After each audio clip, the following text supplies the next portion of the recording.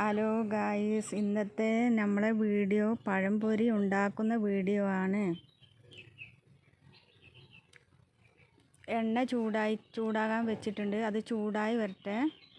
നന്നായി ചൂടായതിന് ശേഷമാണ് പഴംപൊരി ഉണ്ട്, അല്ലെങ്കിൽ പഴം നന്നായി പൊന്തി വരില്ല. ഇനി നമുക്ക് ഓരോന്നായിട്ട് എണ്ണ ചൂടായതിലോട്ട് ഓരോന്ന് ഇട്ട് കൊടുക്കാം.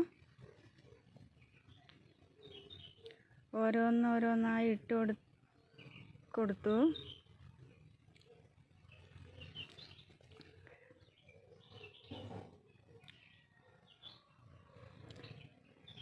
ഓരോന്നായി ബ്രൗൺ കളറായിട്ട് വരുന്നുണ്ട്. നന്നായി ബ്രൗൺ കളറായി വന്നതിന് ശേഷം നമ്മൾ അത് എണ്ണയിൽ നിന്നും കോരണം.